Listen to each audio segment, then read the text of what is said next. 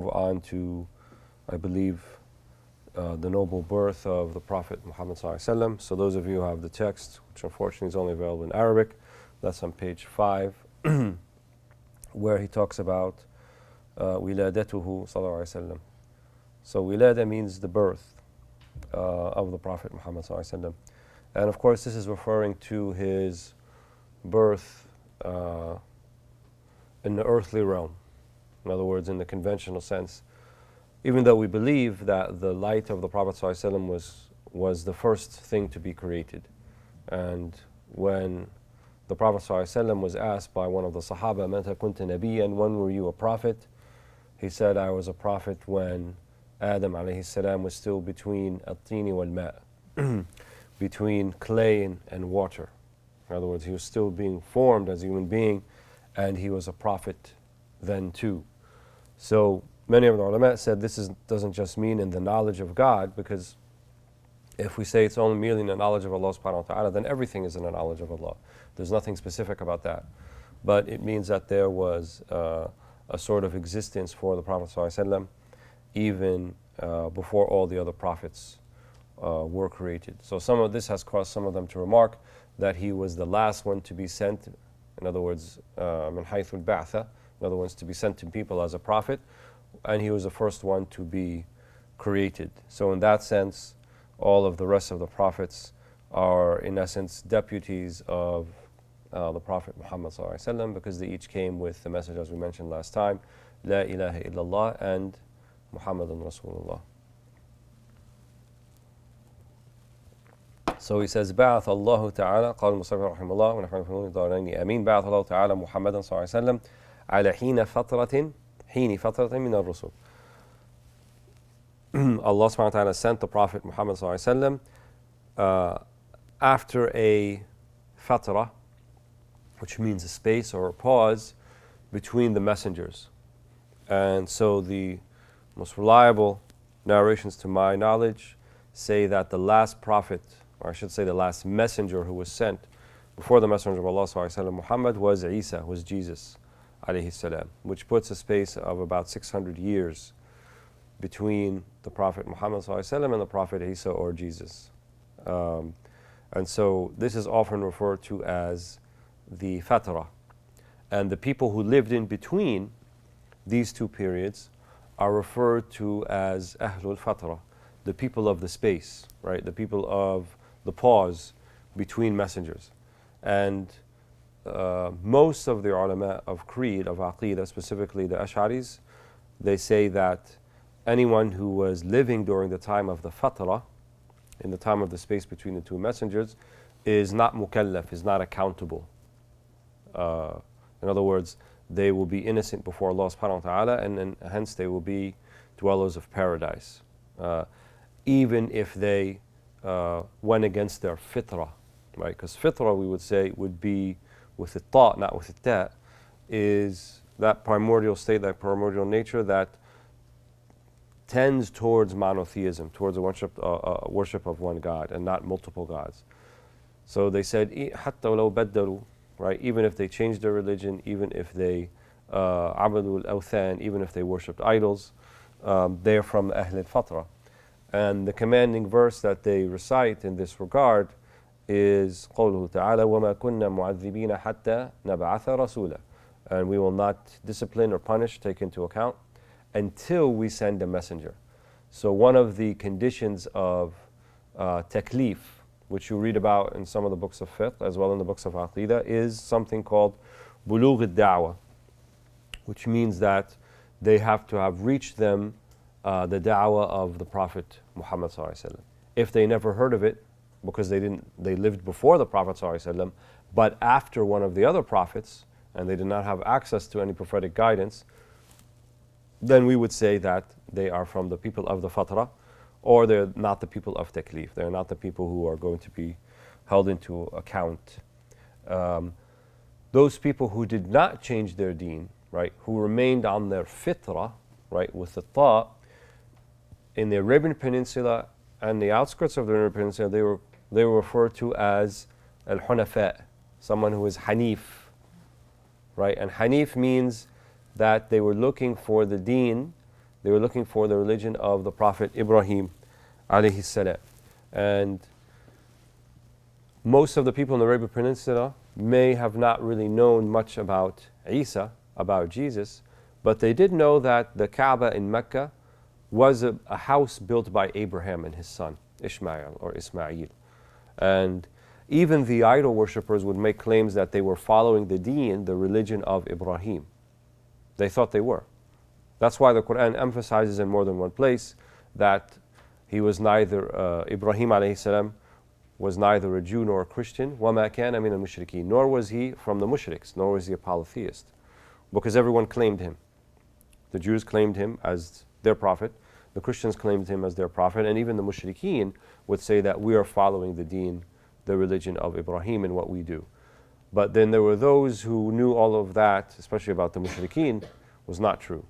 So they were called Hanif. The plural would be Hanafa. Amongst them were Abu Bakr as-Siddiq, for example, who never worshipped idols and never had any inclination to worship idols.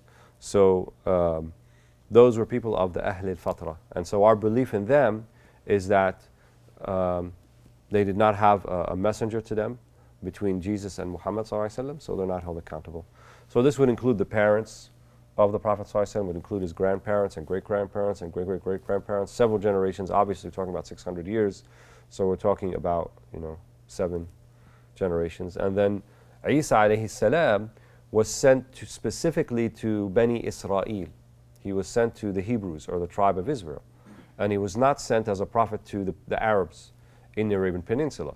So the last prophet that perhaps had da'wah to the Arabs may have been Ismail. Right? And now we're talking not just 600 years, we're talking, a few millennium maybe. So in that case, you can see that how they referred back to Ibrahim as kind of the patriarch or patriarchal prophet of the Arabian Peninsula and not Jesus, because Jesus was sent to the tribes of Israel to the north. So he was sent حين فترة من الرسل, when there was a gap or a space between the sending of the messengers. And it's the sunnah of Allah subhanahu wa ta'ala, when there is such a gap, that Allah does send someone. Now, in the early period, it was the Prophet Muhammad ﷺ or other prophets. In our time now, they will be the heirs of the prophets. Right? When there's a type of general sense of jahl, ignorance and malaise and so forth within the ummah, then there will be a correction, and Allah subhanahu wa ta'ala will send those who will rectify that situation. So he says he was sent on this gap. وقد انتشر الضلال وعم الجهل وتحرفت ديانات الرسل بالشرك والوثنية وساد الظلم والقهر على الناس من كل قدرة قوية حتى الحضارات والفلسفة غرقت في أوحال الشرك وأدناس الجاهلية. So Dr. Nuruddin is describing what the situation at the time. انتشر الضلال, that misguidance had become widespread. عم الجهل, as did ignorance. The deen, the diyanat, the religions of the prophets became misconstrued and misunderstood, as I just mentioned. بالشرك والوثنية, right, including polytheism and idol worship. Corruption and oppression were rampant everywhere. Even the so-called civilizational nations, such as Al-Furs, the Persians, and the Byzantines, also you had a lot of this going on as well. So it was kind of a low point, civilizationally wise, during the previous to the birth of the Prophet Muhammad sallallahu alaihi wasallam. وقد تحدث من بقي من علماء الدين الحق أنه آن الأوان لظهور النبي آخر الزمان وشهد العرب عناية الله بهم وإعظامه حرمة بيته المعظم عندهم فأهلك الأحابيش الذين جاءوا لهدمه إرهاصا وتكريما لمولد النبي صلى الله عليه وسلم وأرسل عليهم طيرا أبابيل ترميهم بحجارة من سجيل فجعلهم كعصف المأكول. So قد تحدث من بقي من علماء الدين الحق أنه آن الأوان. There were people who were alive at that time and alive some generations beforehand who knew that there was going to be a prophet, and he was going to be Nabi Akhir al-Zaman, the prophet of the end of times, so to speak. In other words, there will be no prophet after him, and that this prophet would appear somewhere in the Arabian Peninsula. This was found in some of the scrolls and the Gospels of the Christians to the north, and most definitely was found in some of the religious scripture, either the Torah or some other religious scripture, Suhuf of Ibrahim or Musa, that the Jews had access to. How do we know this? We know this because, for example, the three Jewish tribes who went to the city of Yathrib, Banu Nadir, Banu Qaynuqa, Banu Qurayza, they were not from the Arabian Peninsula. Their forefathers were not from the Arabian Peninsula. They had traveled north, from the north. What would be Mesopotamia would be Jerusalem, Palestine, those areas, and they came south to Yathrib. And it was not yet known as Al-Medina, obviously, but it was known as the city of the date palm trees. And they found in their scripture that a prophet would appear in this land. And so there was no other reason that they went to await the final prophet. To the degree that the two Arab tribes, or the indigenous Arab tribes of Yathrib, Al-Aws wal-Khazraj, they had heard often from the Jews, the Jewish tribes that were there, that there was going to be a prophet coming. And so you who worship idols, you should prepare yourselves, because all idol worship in the Arabian Peninsula will cease when this prophet comes. And so they actually were kind of the first people to give da'wah, so to speak, to the Arab tribes. And perhaps that explains why the people of Medina were much more receptive to the da'wah of the Prophet Muhammad ﷺ than his own people in Mecca. Even before the Prophet ﷺ arrives in Medina, as we'll see later on, most of the people already accepted Islam. And he didn't even actually meet them. They didn't actually know them. They hadn't seen him yet. And that could be attributed obviously to Allah's mercy and Allah's bounty and Allah's will, no question about that. But also that the Jewish tribes themselves, who rejected the Prophet ﷺ, right? They had been awaiting him, but they rejected him, had actually been instrumental in causing or generating a receptive environment for the Prophet ﷺ when he actually does get there. So they knew that there was a final prophet coming. Some of the Sahaba also sought him out, like Salman al-Farisi, as we've talked about in other classes, who was a Persian prince, and he was a seeker. So he tried a couple of different religions, even in Persia.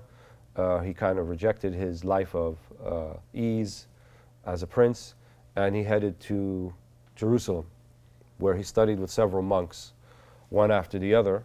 One would pass away, he would study with the next one. So he was more or less Christian at the time.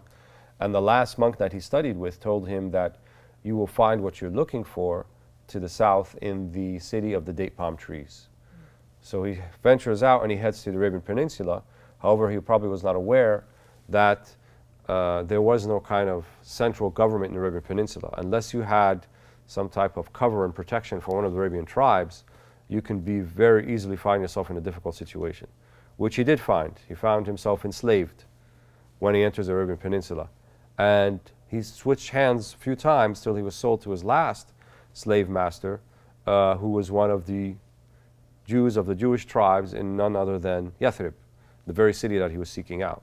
And so when the Prophet ﷺ actually arrives and he hears about him, then Salman al-Farisi seeks him out, and the very famous hadith in the Shamaail, where he tested the Prophet ﷺ via a few things, and then he accepted Islam after that. And then the Prophet ﷺ helped Salman win his freedom by planting 100 date palm trees, which the Prophet ﷺ planted all of them himself. So it wasn't like they didn't know there was a prophet coming. Some of them even knew, this is mentioned in Seerah ibn Hisham, that his name would be Muhammad. And so there was a few, maybe a handful of people actually named that name, hoping that their son, right, would be that prophet, An-Nabi al-Muntadhar, the prophet that all were waiting for. So it wasn't something that was, I would say, as a complete surprise, that all of a sudden this prophet appears and no one had any idea about it. It was something that was anticipated. So the ulama, man baqiya min al-ulama, as Dr. Nuruddin says, whoever remained of the true knowledge providers or knowers, they're the ones who mentioned this and taught this. And then the Arabs themselves, some of them, he says here, شهد العرب عناية الله بهم, right? That there was a special type of care taken to the Arabs. Because in the very year that the Prophet ﷺ was born, you could say there was what we would call an existential threat to Mecca. Mecca could have been wiped out completely, right? By whom? By the armies of Abraha al-Ashram, the Yemeni vassal of the Ethiopian king, al-Najashi. And so one of the people of Mecca had defiled this huge church that was built in southern Yemen, and Abraha al-Ashram takes this as an affront, and so then he makes his way out to destroy the Kaaba, to destroy the Haram. And he had not just an army of people and of horses, but he had several elephants as well with him, most likely came across the Red Sea from Africa. So this army took out every town in between Yemen to Mecca. I mean, they laid a path of destruction. No one could stop them. As they made their way up the coast, the western coast of the Arabian Peninsula that has the Red Sea all the way on to the west of it, and they destroyed everything on their way, till they arrived to, or on the outskirts of Mecca, right? And this is when the grandfather of the Prophet ﷺ, Abdul Muttalib, he had his herd of camel, which was captured by Abraha. And so Abdul Muttalib also was seen as one of the main Quraysh chieftains. He was a nobleman of Quraysh. And so he goes out and meets Abraha, and Abdul Muttalib mentions to him that, you know, I need my camels back, you don't have a right to take them. And Abraha was surprised. He said, I'm about to destroy your city, and you're asking me about your herd of camels? What about your city? Aren't you worried about that? And then he said the very famous line that it's almost become like an Arabian proverb, فَأَمَّا الْبَيْتِ فَلَهُ رَبٌّ يَحْمِي.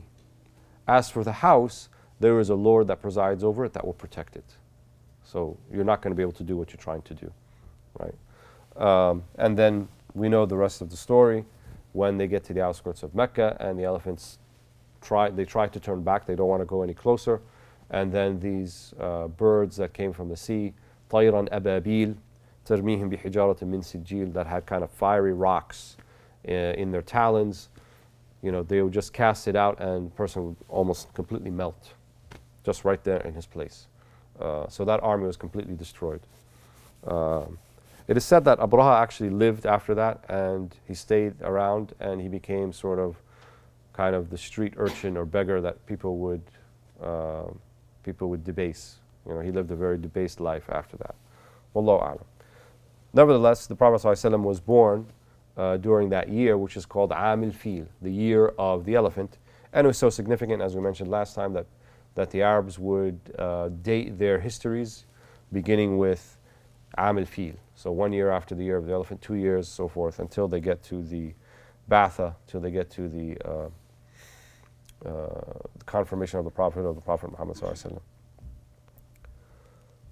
So فصار العرب يؤرخون به وقائعهم لعظمة شأنه في قلوبهم فكان مولده صلى الله عليه وسلم في هذا العام عام الفيل فجر يوم الاثنين التاسع من شهر ربيع الأول على تحقيق بعض الأئمة أو الثاني عشر منه على المشهور عند الأئمة. So he says the Prophet صلى الله عليه وسلم then was born in this same year. Some have mentioned what he says, some of the Imams, that it was the 9th of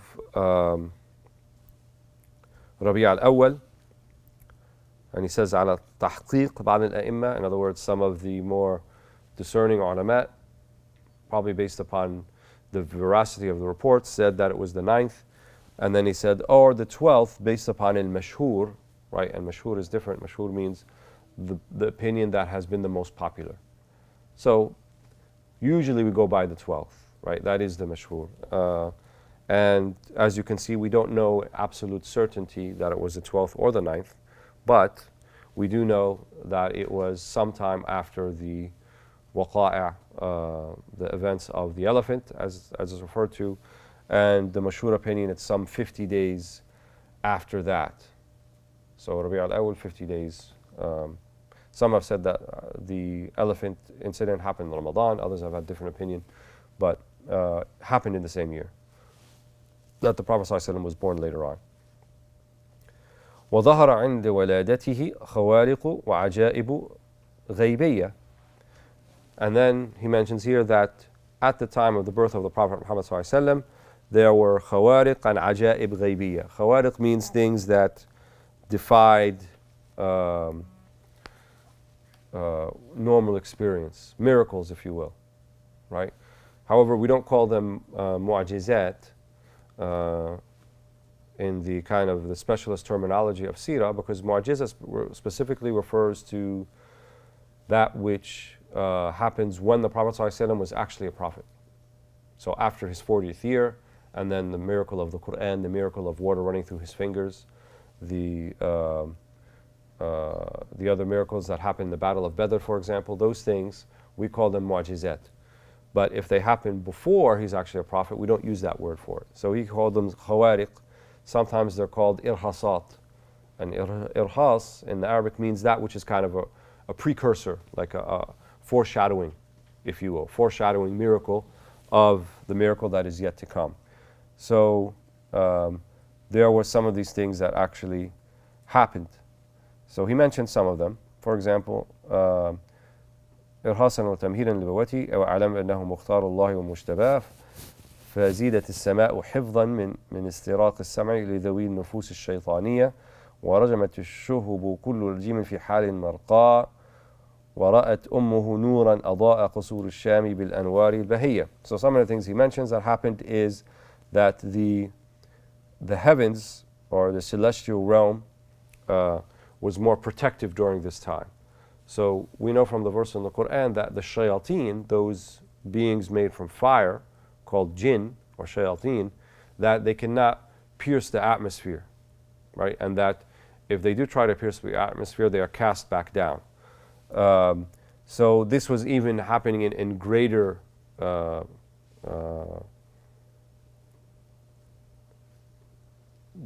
greater degree during the night of the birth of the Prophet Muhammad ﷺ. So the shuhub, right, or the stars themselves, they would cast down kullu rajim, as he said. Every devil that tried to pierce it, they would be thrown back down. And his mother, رأت أمه نورا أضاء قصور الشام بالأنوار البهية. And Amina bint Wahab, the mother of the Prophet ﷺ, she remarked that upon the birth of the Prophet ﷺ, that she saw this light that extended all the way until the palaces and mansions of Sham, of Syria, as well as Persia. وكذلك أمهات النبيين يرين كما في السنة الثابتة المروية. Right? And this is similar to other mothers of prophets. They also experienced something similar when they gave birth to their sons, who later on obviously were prophets. وكرامات الله النبي صلى الله عليه وسلم في مولده كثيرة تزيد الإيمان في قلب من يصدق في محبة ربه ورضاه. And he said there are many other things that happened.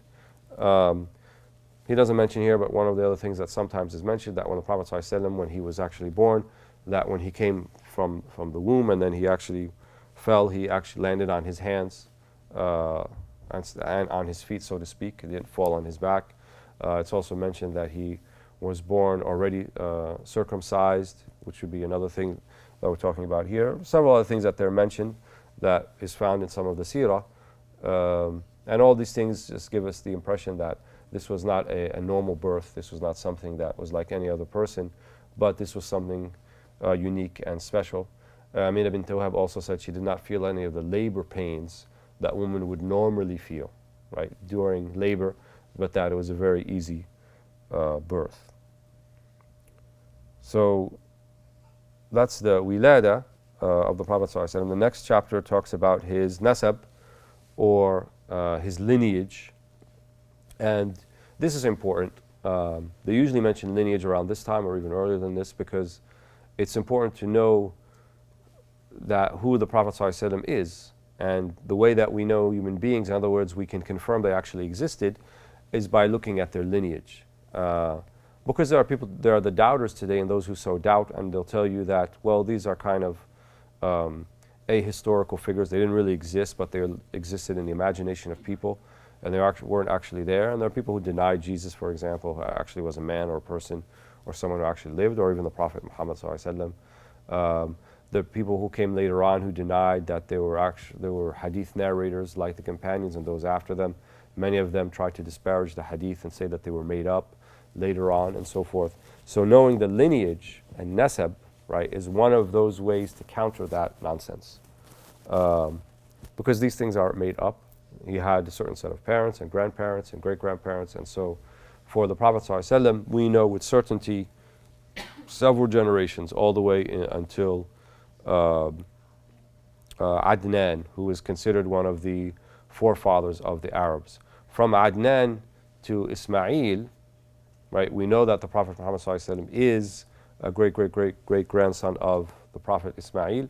We don't know exactly the names between Ismail and Adnan, but we know definitely that he was from the nasab, from that lineage, which makes him from the lineage of Ibrahim, obviously Ibrahim alayhi salam, which also makes him from the lineage of Noah, and of Adam, obviously, since we're all from that lineage. So he says here, Dr. Nuruddin Hafidahullah, ولد النبي صلى الله عليه وسلم من أسرة كريمة أفضل الأسر العربية شهرت أبا عن جد بفضائل الأخلاق وكريم الفعال المرضية فهو محمد بن عبد الله بن عبد المطلب واسمه شيبة ابن هاشم واسمه عمرو ibn Abd Manaf. So the Prophet ﷺ came from a very noble and well-known family. It was the grandfather of the Prophet ﷺ, Abdul Muttalib, who actually rediscovered the well of Zamzam. He was digging around and he found it. It had been lost for some time, for several generations, and then he found it. They were considered his family, the Banu Hashim, or the tribe of Hashim, as one of the noblest tribe in Mecca. They didn't always have means and wealth, but nobility back then was not just measured in terms of what one's wealth that they had, but in terms also of their honor, of their akhlaq, of their iffah, of their chastity, and their their dedication to sound principles and values, which was something that was through all of the grandfathers of and grandmothers of the Prophet ﷺ. And he said himself, خرجت من نكاح ولم أخرج من سفاح, that I came from nikah, that I came from out of wedlock, all of these people before me, ولم أخرج من سفاح, that I did not come from something other than this. Even though there was sifah, there was adulterous relationships prior to the Prophet ﷺ. The Quraysh, they did not consider it noble for someone to have children with someone that's not their wife, or to engage in intimate relations, someone that's not in a husband-wife relationship. But nevertheless, some people did it anyway. It still did happen. May have not been the norm, but it happened and it was frowned upon, but there were people who didn't engage in that. So he did not come from any of this. And we should hold true that all of the forefathers of the Prophet ﷺ, that they are all people of paradise, either because they were believers or because they were from Ahl al-Fatra. They were the people of the gap. And there's no evidence whatsoever that even the immediate father, mother, grandfather, grandmother, great-grandfather, great-grandmother were idol worshippers at all. There's nothing in the Seerah that tells us that they were. In fact, it more indicates that they believed in one God, even though they didn't have a kind of a sharia to say how to pray and how to zakah and all that type of thing. But when they would make vows and when they would make oaths, they would make it to Allah subhanahu wa ta'ala. Like the grandfather of the Prophet Muhammad sallallahu alaihi wasallam, that he for a while didn't have children, and then he said, if I were to have 10 children, then I would sacrifice one of them, right? So he got 10 children. And so what the Arabs used to do back then, they kind of had this way of divining arrows, where they would cast an arrow, it would either be yes, no, or do again. And so he cast the arrow a few times, and it came out to be Abdullah, who was going to be the father of the Prophet Muhammad sallallahu alaihi wasallam, right? And so he did want to slaughter Abdullah, and the Quraysh rejected that. They said, no, we need to ask someone else. We need to make sure that, how could you do this, and so forth. So they asked a type of arrafa, or a type of woman who kind of, understood these type of things, what you could say like a oracle or something like that. So She said, no, don't do that. But you are to cast the arrows again, and for each time that it falls on Abdullah, you have to sacrifice 10 camels until it falls on someone, and until it falls on no. So each time you get a yes, you do 10 camels until you get a no. So he did that, and he got a yes 10 times in a row. So he sacrificed 100 camels and didn't sacrifice his son. That's why the Prophet ﷺ sometimes referred to himself as Ana ibn al-Dhabihain.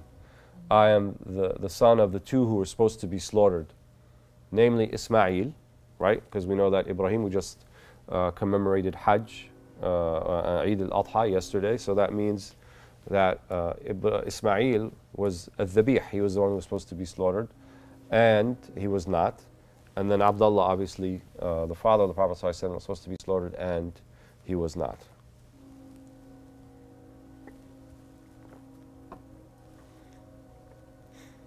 So he mentions the names of some of the people in his lineage. At least these names we should know, we should commit to memory.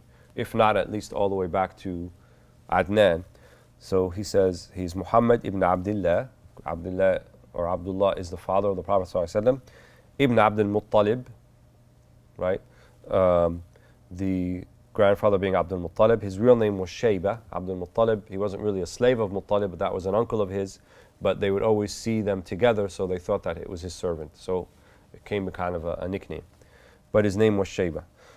Ibn Hashim, right? And this is where the tribe of Hashim comes from. So that's the great-grandfather. Ibn Abd Manaf. So that goes back 4 generations. And that's from the father's side for the Prophet Muhammad ﷺ. وأمه صلى الله عليه وسلم آمنة بنت وهب ابن عبد مناف ابن زهرة الزهرية. So she is the Amina bint Wahab, and her family originally hailed from Yathrib, or from outskirts of Yathrib. So, and that's why the akhwal, or the maternal uncles of the Prophet ﷺ resided close to there. Ibn Abd Manaf ibn Zuhra al-Zuhriyya. وهو صلى الله عليه وسلم من نسل عدنان من نسل إسماعيل عليه السلام والد العرب المستعربة. So he is, صلى الله عليه وسلم, as we mentioned, from the lineage of Adnan, who is from the lineage of Ismail, and he is the forefather of Al-Arab al-Musta'riba, right? So there's Al-Arab al-Ariba or Arab al-Musta'riba. 2 major groups of Arabs.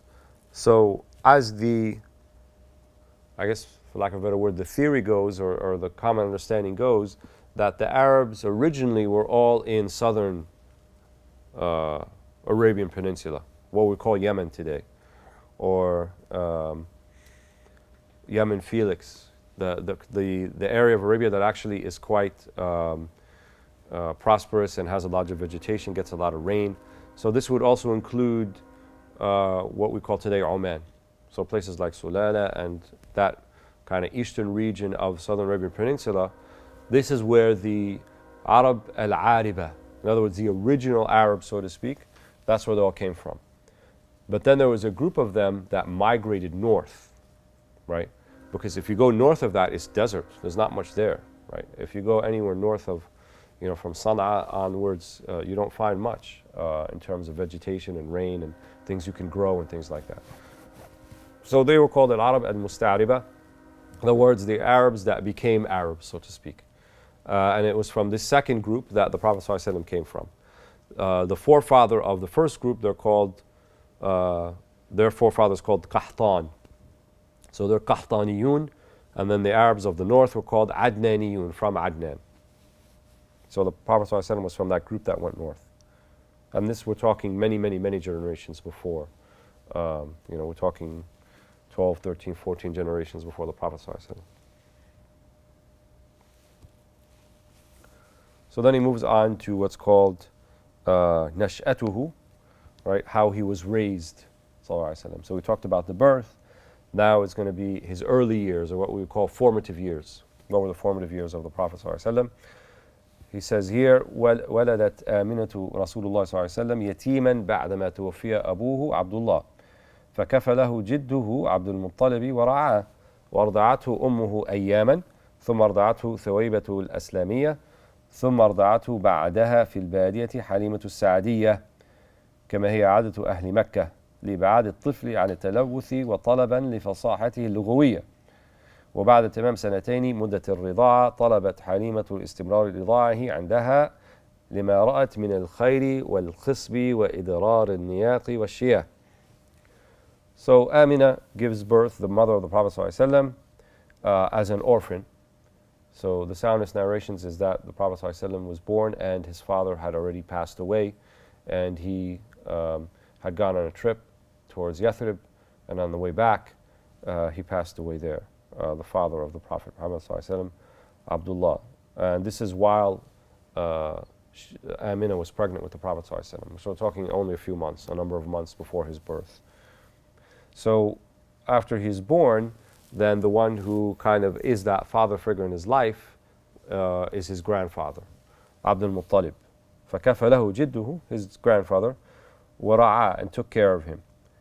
وَرْضَعَتْهُ أُمُّهُ أَيَّامًا. So the first few days his mother is the one who nursed him, sallallahu alaihi wasallam. ثُمَّ رْضَعَتْهُ ثُوَيْبَةً, right? And Thuwayba was the freed slave of who? Abu Lahab, right? Because he was so happy, and he's the uncle of the Prophet ﷺ. He was so happy when Prophet ﷺ was born that he freed his female servant of his, Thuwayba, and she's the one who was the first one to nurse the Prophet ﷺ after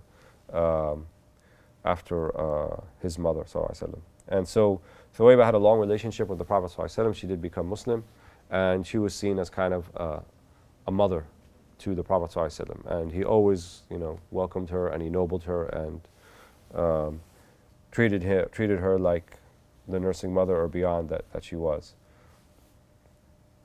ثم رضعته بعدها في البادية حليمة السعدية.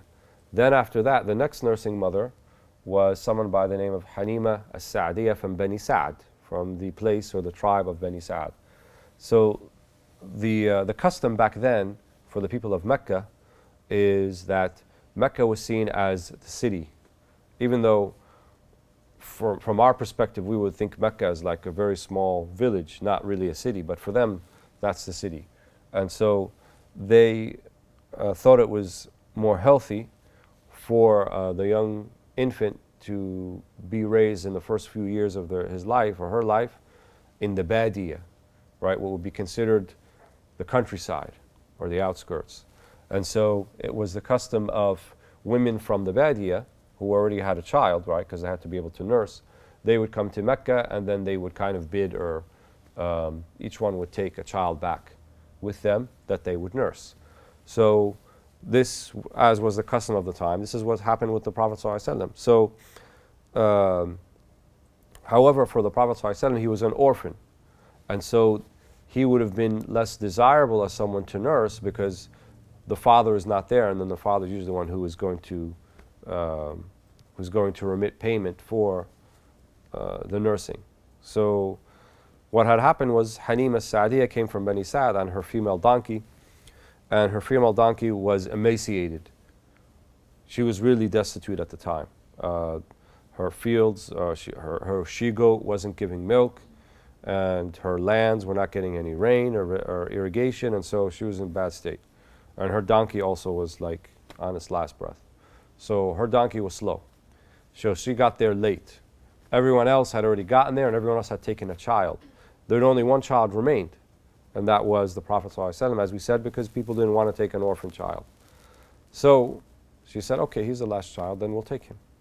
So she took him back. Immediately as she started riding with him, all the people who had already gone and left, they're going along and she's passing them on the way back because her donkey had all of this energy all of a sudden. And then so she gets back to Bani Sa'd, right, and her husband hadn't arrived yet. And she starts to milk her goat, and it's like all of this milk. And even when she started nursing the Prophet ﷺ, and then her son, who I think his name was Maysara, who would be the nursing brother of the Prophet ﷺ, she had all this milk, more than enough, right? Even though she wasn't eating that well either.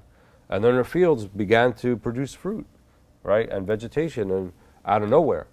And so when her husband gets home, he's like, what happened? You know, I left it, everything was pretty bad shape. Now all of a sudden we have all of this barakah or this blessing, and she knew it was the Prophet Muhammad sallallahu alaihi wasallam, even as an infant. So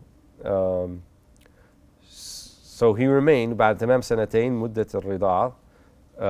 Usually 2 years is the nursing period. طلبت حليمة استمرار رضاعه عندها. She wanted to keep him. Right? She's like, I don't want to give this up. So Amina and I guess the grandfather Abdul Muttalib said, okay, he can stay a little bit longer. لما رأت من الخير والخصب وإدرار النياق والشياه. From what she saw of all the good and the barakah and her camels and giving milk and her goats, and nothing like this ever happened before.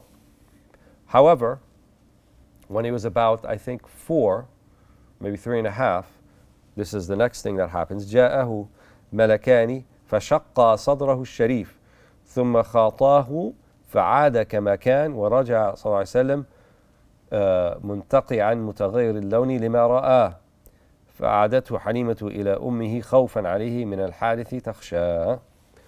So then 2 angels come to him when he's, you know, toddler, more so to speak. He can walk because he was up somewhere.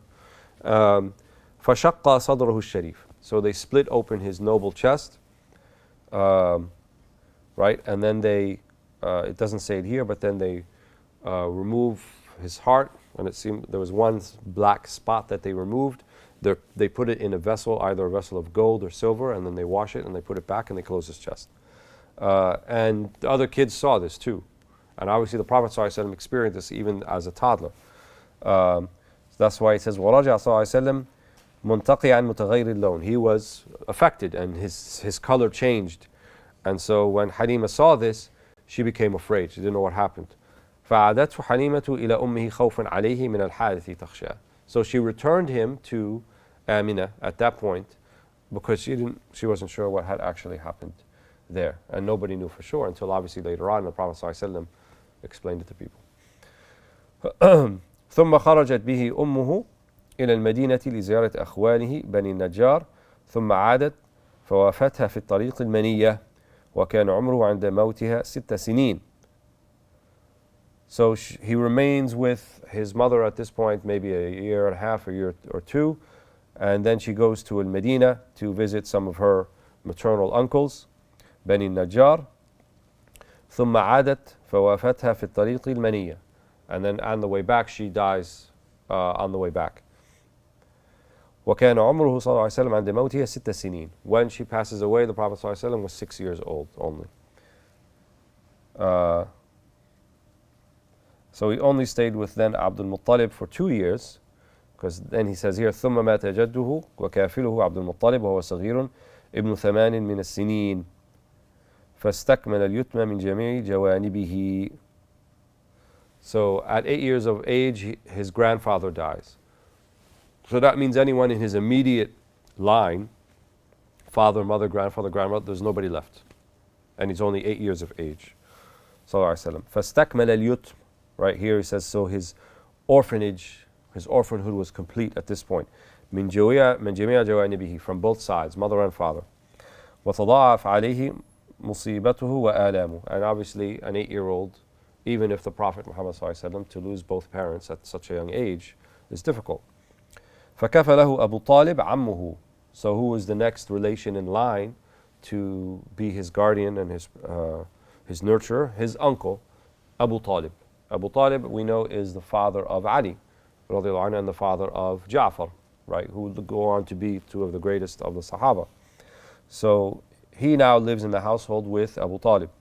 وأكرم نزله ومثواه كما أمره عبد المطلب وأوصاه. So Abdul Muttalib told his son, Abu Talib, that upon my death you have to take care of the Prophet, you have to take care of Muhammad صلى الله عليه وسلم, which he did. وكانت نشأته صلى الله عليه وسلم على هذا اليتم لحكم جليلة إلهية وهي. So Dr. Nuruddin says that why was the Prophet صلى الله عليه وسلم raised as an orphan? There must be some type of wisdom behind that, right? What's called hikmah or hikam ilahiyah, some type of divine wisdom. And he says indeed there was. He says وهي أن يكون مخلصا لعناية ربه وتربيته تعالى بذاته ليس لأحد من الخلق فضل عليه سواه. He said one of those reasons, or the most important reason, is that he would be completely, at least from an outward perspective, because inwardly we're all under the care of God, no question about that. But even from an outward perspective, for others to see as well, he had only Allah. He didn't have his parents. So that he would be completely with the inayah, right? The care and nurture of Allah subhanahu wa ta'ala. تَرْبِيَتِهِ تَعَالَى بِذَاتِهِ. Right? The Prophet sallallahu alaihi wasallam, he mentioned that أَدَّبَنِي رَبِّي فَأَحْسَنَ تَأْدِيبِي. My Lord has nurtured me and has nurtured me in the best way. Right? So his kind of how he grew up, so to speak, and the man he was to become, who was responsible for that? No other than Allah subhanahu wa ta'ala. Not even his uncle. Right? Not even his uncle, but Allah subhanahu wa ta'ala. لَيْسَ لِأَحَدٍ مِنَ الْخَلْقِ فَضْلٌ عَلَيْهِ سِوَاهُ. Right? There's no one from amongst the creation who could say, you know, we did this for him, we did that for him. And plus he lived in a very tribal, patriarchal society. And so people would always refer back to, you know, he's the son of this person, or the son of this grandson of this person, and so forth. And they would be seen as kind of, you know, your ticket to nobility and your ticket to be recognized. But when that is removed, right, then it's not about his lineage anymore. It's about who are you, right? Who's Muhammad sallallahu alaihi wasallam? You know, he was later known to be known as Al-Amin, not by virtue of who he was in terms of his lineage, the son of Abdullah or the grandson of Abdul Muttalib, but he was Al-Amin because he was the most trustworthy person in all of Mecca, right? So they knew him by his akhlaq, they knew him by his character, and it wasn't the nasab that gave him the stature amongst the people of Mecca, wasn't that. فطهره سبحانه من الشرك ومن عادات قومه الجاهلية فلم يعظم لهم صنما ولم يحضر لهم مشهدا وكانوا يطلبونه لذلك فيمتنعوا ويعصمه الله وكان هذا دليل عنايته خاصة به من الله أن حفظه من الشرك والخمر والقمار وكل عيب. So for example, he says that Allah subhanahu wa ta'ala purified him from shirk and from the adat, kind of the the kind of vile customs that some of the people of Mecca would take on, and these include like drinking wine and gambling, qimar. There were some people who would make tawaf around the Kaaba naked. So things like this, they would have mahafil, they would have get-togethers where they would slaughter and sacrifice for their pagan idols. So all of these things Allah protected him from. He never attended any of those things, even though they wanted him to, but Allah protected him, and he never went there. So this is how Allah subhanahu wa ta'ala, you know, gave him this inayah khassa, gave him this kind of special attention. وَكَانَ هَذَا دَلِيلٌ عِنَايَةٍ خَاصَةٍ مِنَ اللَّهِ. Right? And this is a clear evidence that this was the inayah, especially from Allah subhanahu wa ta'ala. وَمَنَعَهُ اللَّهُ تَعَالَى كُلُّ خُلُقٍ جَمِيلٍ حتى كان يعرف بين قومه بالأمين لما رأوا من أمانته وصدقه وطهارته. And as we said, he was given all of the beautiful character traits. Allah says in the Quran about him, وَإِنَّكَ لَعَلَى خُلُقٍ عَظِيمٍ, and you are upon a great character. So he was known from amongst his people as Al-Amin because he was the most trustworthy and the most honest. ولما بلغ صلى الله عليه وسلم من العمر 12 سنة رحل به عمه أبو طالب إلى بلاد الشام لزيادة تعلقه به ومحبته إياه. So when he's 12 years old, right, and this is the next kind of haditha, the next type of thing that happens in the seerah after he's 8, and then he goes to the kafala of his uncle Abu Talib. Then 4 years later, when he's 12, he accompanies him on one of his caravan trips. So most of the people of Mecca, how did they make a living? They had رحلة الشتاء والصيف, the two trips, the summer and winter. So in the summer they would head north where it would be better weather to Syria, and in the winter they would head south to Yemen. And then he would bring back their wares, and these caravans would be 100 camels or more, and they would be full. And they'd bring them to market in Mecca, and then they would sell, you know, for most of the year from what they bought from Syria or from Yemen. So he accompanied his uncle because his uncle actually treated the Prophet ﷺ like his son and even more. You know, he was exactly like a son to him. So when he was 12, he took him with him to the summer trip to Syria. رحل به عمه أبو طالب إلى بلاد الشام, as we said, وبلغ مركز تجارتهم Busra.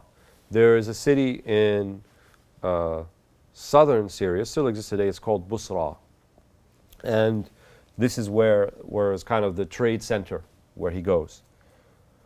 فرآه الراهب بحيرة وعرف فيه علامة النبوة وأمر عمه أن يرجع به خوفا من أهل دين اليهودية فرجع عمه سريعا به.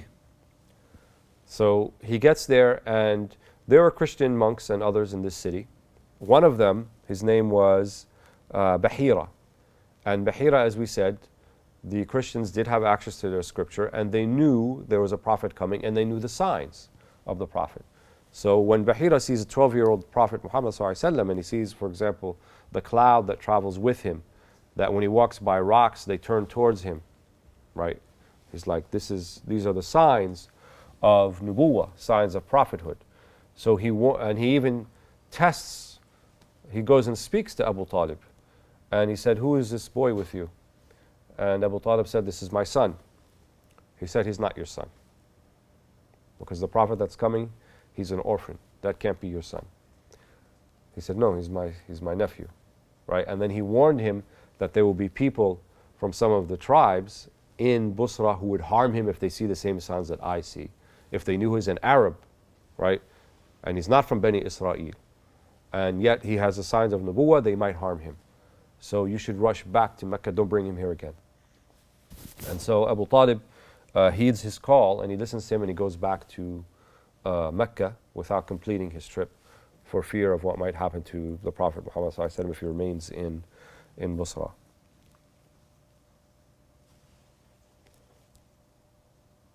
وقام صلى الله عليه وسلم بمكة يخوض غمار الكسب من عمله ليكفي عمه تكاليف نفقة الحياة.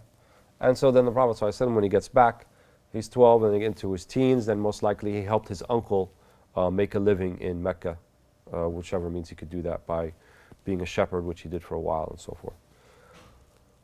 وقام صلى الله عليه وسلم برعاية الغنم تمهيدا وتدريبا له على رعاية الأمم كما هي سنة الله تعالى في الأنبياء والمرسلين ثم تاجر في أموال الناس فظهرت فضائله واشتهر بينهم بالأمين. So then he was, as I said, a shepherd, a sheep herder, and here Dr. Nuruddin says تمهيدا وتدريبا له على رعاية الأمم, right? Because sheep herding is a difficult job because you have a flock, right, of 100 or more, and sometimes they tend to stray. So it's important for you to keep your flock, first of all, you have to find pasture for them, right? And every day is different because sheep have the ability that once you go to a field of pasture, they'll eat it all up, and you can't go back to the same place the next day. So you have to be on the move, so to speak, constantly, and find different areas of pasture for them where they can feed. And you have to keep them together, right? And you have to look over them. And you have to protect them from predators, like wolves and coyotes and other animals that might be looking around that want to take from your sheep. And it's an amana, it's a trust, because you don't actually own the sheep probably, you're doing it on behalf of someone else.